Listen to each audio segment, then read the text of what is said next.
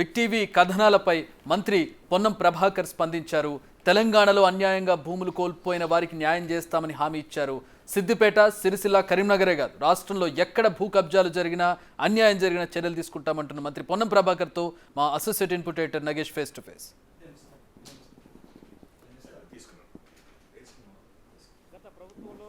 గత ప్రభుత్వంలో పెద్ద ఎత్తున భూ అక్రమాలు, వందల కోట్ల ఆస్తులు, మరి ఈ రకంగా ప్రభుత్వాలు నడిపితే ప్రజలు ఏం కావాలి, రైతులు ఏం కావాలి? ప్రస్తుతం మనతో పొన్నం ప్రభాకర్ మంత్రి గారు ఉన్నారు.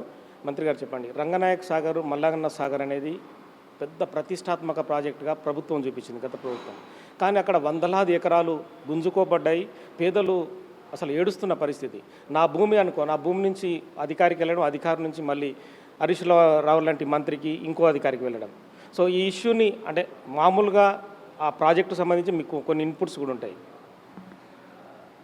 ఏదైనా ఒకవేళ భూమి ఆ విధంగా నష్టపోయినటువంటి ఎవరు ఫిర్యాదు చేసినా ప్రభుత్వం సానుకూలంగా స్పందించి వాళ్ళకి న్యాయం చేసే విధంగా మేము చర్యలు తీసుకుంటాం. ఉదాహరణకు కరీంనగర్లో కూడా గతంలో అనేక భూ అక్రమాలు అయినాయని ప్రభుత్వం దానికి వత్తాసు పలికింది. అప్పుడున్నటువంటి గౌరవ మంత్రి గారు అంటే మేము అధికారంలోకి వచ్చిన తర్వాత నేరుగా ఎవరైనా భూ ఆక్రమణదారులు అటువంటి పనులు పాల్పడ్డ వాళ్ళు భూములు వాపసు ఇవ్వండి, లేదా ప్రభుత్వం కఠిన చర్యలు తీసుకుంటుందని చెప్పినాం. ఇప్పటికీ మేమెవరి మీద వ్యక్తిగతంగా ఫిర్యాదులు చేయలే. ఎవరైతే నష్టపోయినారో వాళ్ళంతా ఫిర్యాదులు చేస్తే దాదాపు 10-12 మంది కార్పొరేటర్లు ఈరోజు అరెస్ట్ అయినారు. సో ఇక్కడ కానీ అది సిద్దిపేటలో కావచ్చు, అది హరీష్ రావు గారి దగ్గర కావచ్చు, నేను కావచ్చు, ఇంకెవరైనా కావచ్చు, ఎవరైనా సరే ఈ ప్రభుత్వము భూమి ఆక్రమణకు గురి చేయబడ్డది అనేటువంటి పరిస్థితిలో ఉండి ఏ పిటిషనర్ వచ్చినా రాష్ట్ర వ్యాప్తంగా పోలీస్ శాఖకు స్పష్టమైనటువంటి ఆదేశాలు ఉన్నాయి. మీరు అటువంటి పరిస్థితిని సాంకేతికంగా మీరు అన్నట్టు కొద్దిగా ఇక్కడ ట్రాన్స్ఫర్ సిస్టమ్ అయితే ఏదున్నా అదంతా ఎవిడెన్స్ కాబట్టి వాటన్నిటికీ ఆధారాలను తీసుకొచ్చి ఇవ్వండి. తప్పకుండా ప్రభుత్వం తన పని తను చేసుకోదు. చట్టంలో చర్యలు తీసుకునేటువంటి విధంగా మేము ఎక్కడ కూడా ఆటంకం కలిగించి రాజకీయ ఒత్తిళ్లు చేయం. అంటే చాలా వరకు ప్రాజెక్టులో అలైన్మెంట్లు మారుస్తూ చాలా నిర్ణయాలు తీసుకున్నారు. కుల సంఘాలకు కూడా ఒక పట్టా భూమిని, అంటే రెగ్యులర్గా 2 పంటలు పండుతున్న భూమిని కూడా అప్పచెప్పారు. మామూలుగా ప్రభుత్వం ఏం చేస్తుంది, ప్రభుత్వ భూముల్ని కుల సంఘాలకు కానీ మిగతా వాటికి ఇస్తుంది, రిసార్ట్లకు కానీ. కేవలం అంటే టార్గెట్ అనే ప్రాజెక్టేనా, అంటే వాళ్ళ సొంత ఆస్తులు పెంచుకోవడం కోసం జరిగిందంటారా?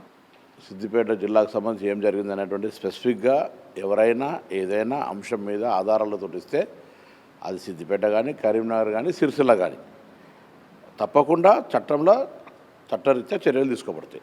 నేను అందరూ కోరుతాను, ఇవాళ తెలంగాణ ప్రజలందరినీ కోరుతాను, మీరు ఎక్కడనైనా భూ ఆక్రమణకు గురైంది మా స్థలం అని అనుకుంటే మీరు అక్కడ సంబంధిత స్థానిక అధికారి ఫిర్యాదు ఇవ్వండి, స్పందించకపోతే ప్రజావాణిలో ఫిర్యాదు ఇవ్వండి, లేదా ఎవరైనా మీ జిల్లా నాయకత్వానికి లేదా పత్రికల ద్వారా సమాజం దృష్టికి తీయండి. తప్పకుండా స్పందన జరుగుతుంది. అంటే గత ప్రభుత్వంలో మీ ముఖ్యమంత్రి గారే పెద్ద ఎత్తున పోరాటం చేసిండు. మల్లన్న సాగర్ కానీ, రంగనాయక సాగర్ కానీ వాళ్ళ భూ నిర్వాసుల తరఫున పోరాటం చేస్తే ముఖ్యంగా అప్పుడు రేవంత్ రెడ్డి గారిని వెళ్ళనియని పరిస్థితి. సో వాళ్ళ ఆక్రందనలు కూడా మీకు కరీంనగర్లో ఉన్న మీకు దాదాపుగా తెలిసి ఉంటుంది. భూ నిర్వాసితులు ఈజ్ డిఫరెంట్. ప్రాజెక్టు కొరకు భూమి తీసుకున్నారు అనుకున్నప్పుడు దానికి సంబంధించి భూమి ఒకవేళ న్యాయపరంగా ఏదైనా భూపరంగా ప్రాజెక్టు కొరకు తీసుకుంటే that is a different thing. దానికి కూడా 2013 చట్టం ప్రకారంగా నష్టపరిహారం ఇవ్వమని అడిగినాం. దానికి సంబంధించి పోరాటం చేసినాం. ప్రాజెక్టు నిర్మాణం, భూ నిర్వాసితుల అంశం వేరు.